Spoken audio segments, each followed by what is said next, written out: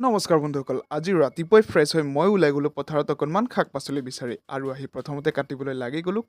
কলা কচু শাকবিধ আমাৰ শৰীৰৰ বাবে বহুত উপকাৰী কলা কচু সিজাই খাই পানী খালে জণ্ডিছ ৰোগত ভাল বুলি কয় লগতে টনচিল ৰোগীৰ বাবেও কলা কচু খোৱাটো বহুত উপকাৰী আৰু কলা কচু কাটিলে যিটো আঠা ওলাই সেয়া বীজাণু নাশক আৰু বিশেষকৈ ৰক্তহীনতাত ভোগা ৰোগীৰ বাবে কলা কচু খোৱাটো খুব উপকাৰী কাৰণ ইয়াত যথেষ্ট পৰিমাণৰ আইৰণ থাকে আৰু এনেকৈ কলা কচু কটা হোৱাৰ পিছত মই লাগি গ'লো পথাৰত মানিমুনি পাত তুলিবলৈ আৰু এই মানিমুনি পাতবিধৰতো কম গুণ নহয় বিশেষকৈ পেটৰ যিকোনো বেমাৰৰ বাবে ই এক মহৌষধ হিচাপে কাম কৰে মানিমুনি শাকৰ ৰস নিয়মীয়াকৈ খালে পেটৰ অসুখত কোনোদিনে ভুগিব নালাগে আৰু এনেকৈ কচু আৰু মানিমুনি পাত তোলা হোৱাৰ পিছত মই আহিলোঁ শাকখিনিলৈ ঘৰলৈ বুলি আৰু ঘৰত আহি মানিমুনি পাতখিনিও ধুনীয়াকৈ ধুই ধাই ৰ'দত শুকুৱাই দিলোঁ আৰু তাৰপিছত মই লাগি গ'লোঁ কচু কাটিবলৈ আৰু কচুখিনি কটা হোৱাৰ পিছত মই লাগি গ'লোঁ কেইখনমান কাপোৰ আছে ধুবলৈ সেইকেইখন ধুবলৈ বুলি আৰু এনেকৈ কাপোৰ কানি ধুই মেলি গা পা ধোৱাৰ পিছত মোক মায়ে বাঢ়ি দিলে দুপৰীয়াৰ ভাত সাজ আৰু আজি দুপৰীয়া ভাত সাজত আছে মানিমুনি পাতৰ আঞ্জা বইল ভিন্দিৰ লগত দালি লগতে আছে কলা কচুৰ লগত শুকান মাছ আৰু এনেকৈ দুপৰীয়াৰ ভাত সাজ তৃপ্তিৰে খাই মেলি আজিৰ ভিডিঅ'টো বাৰু ইয়াতে সমাপ্ত কৰিছোঁ